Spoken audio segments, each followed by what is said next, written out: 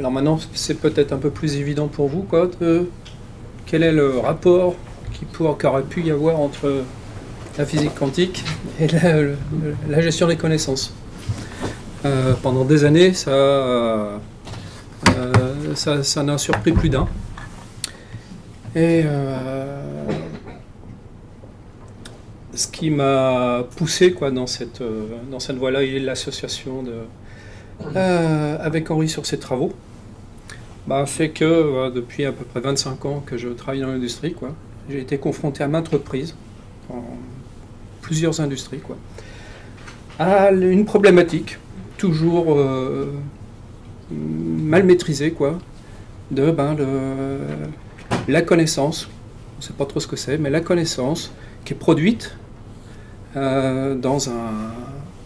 un groupe d'individus, dans un cadre économique. Comment cette connaissance-là, on la conserve, on la transmet, on l'enrichit, on la consolide. Et j'ai participé à un nombre d'expérimentations avec des outils, avec des méthodes qui ont toutes échoué, J'en ai malheureusement j'en ai pas connu qui a réussi, Et pour le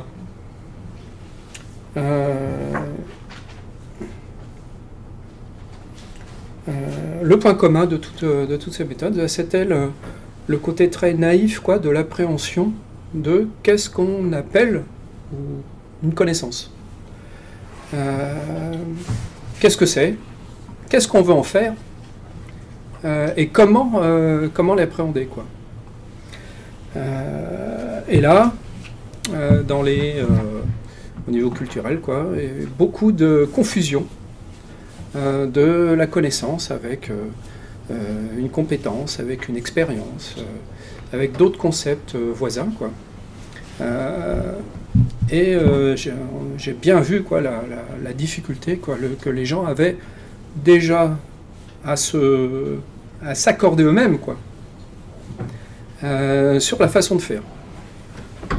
Alors forcément avec l'exposé de Miura et d'Henri, vous avez pu percevoir que la connaissance, elle est dans tout le discours. L'avantage d'avoir ce support d'infracadre scientifique, formel, de MCR et de RS, apporte tout naturellement un infracadre dédié, propice à l'appréhension de la connaissance.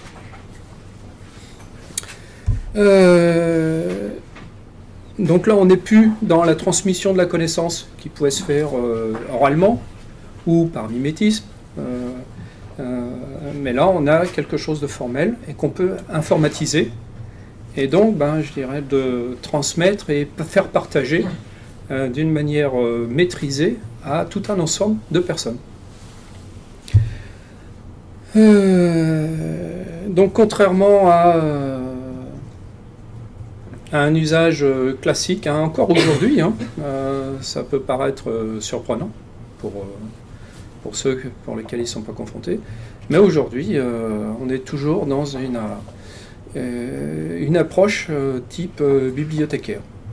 La connaissance, on la réduit à son support, on la réduit au seul élément qu'on est capable d'appréhender. Donc voilà, c'est la connaissance, c'est un papier, c'est un livre, c'est une présentation, c'est quelque chose d'écrit, ce qui laisse une trace, Et du coup, la gestion elle-même de la connaissance, elle se réduit uniquement à la gestion du support. Je le classe, je le photocopie, je la transmets, je la communique, je la range dans un coffre-fort, et voilà, et on en reste là, alors bien sûr, avec l'ère de l'informatique, toute la problématique aussi de la modélisation, qui est traitée par RSE, là, en rajouter encore du brouillard dans ce qu'on appelle une connaissance, surtout dans les connaissances de modélisation.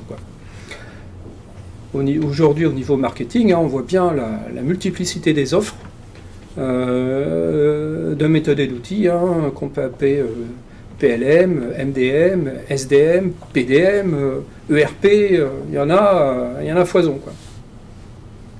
Mais chacune ne traite qu'un aspect particulier, quoi.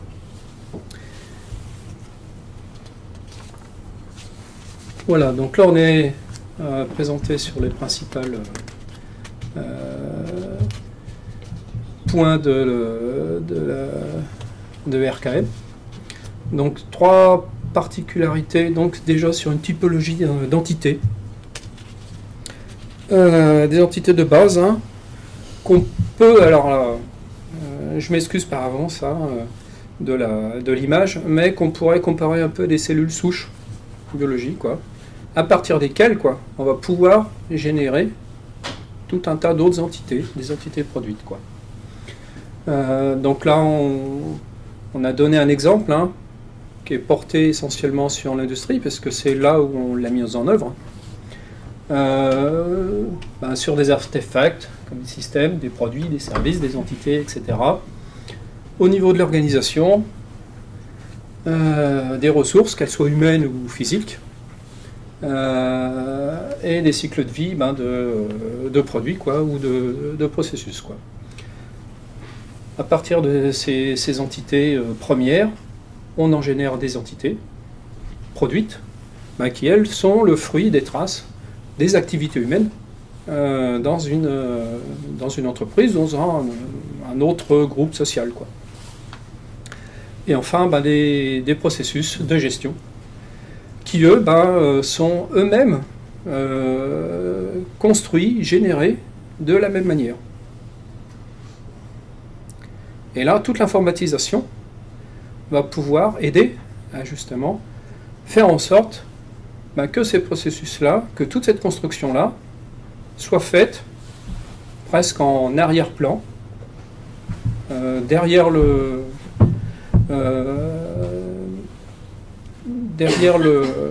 plateau quoi, des utilisateurs. Là, nous y retrouvons, d'une manière synthétisée, les 3 grandes étapes. On part d'un référentiel épistémique, donc avec des états de ressources humaines, de ressources matérielles, de processus, c'est de connaissances à partir desquelles on va pouvoir produire des usages quoi, de ces entités, avec tout l'aspect managérial classique hein, qu'on peut connaître. Hein. Et puis ça va, on va pouvoir les gérer en cycle de vie, quoi, en officialisation, on va pouvoir les qualifier. Et ensuite, on va pouvoir les référencer, les officialiser, les publier. Et ensuite, ces publications, ces référencements, pourront elles-mêmes servir à leur tour de référence pour d'autres constructions futures.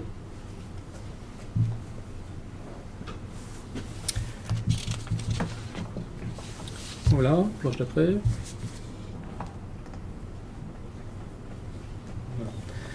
Donc là, d'une manière très synthétique, un modèle le métamodèle d'informatisation de l'outil qui a été pour lequel on a fait une maquette hein, jusqu'à présent. Hein. Donc un cœur qui implémente les théories centrales hein, de MCR et de RS, quoi. Donc là, ce sont nos cellules souches, quoi.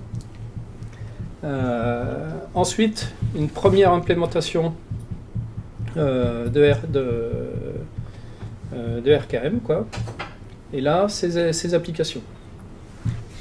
Et donc là, au niveau de l'outil, c'est des couches qui sont des couches de configuration. Voilà. On peut les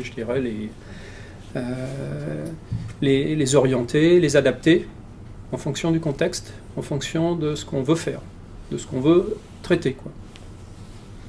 Voilà.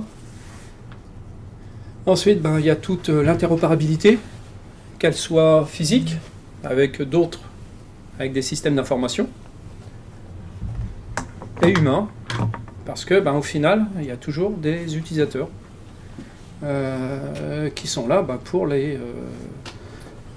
pour pouvoir, je dirais, modéliser les traces de connaissances dans l'outil, et pour pouvoir les gérer, les qualifier, les partager, les reprendre pour construire d'autres descriptions de connaissances, etc.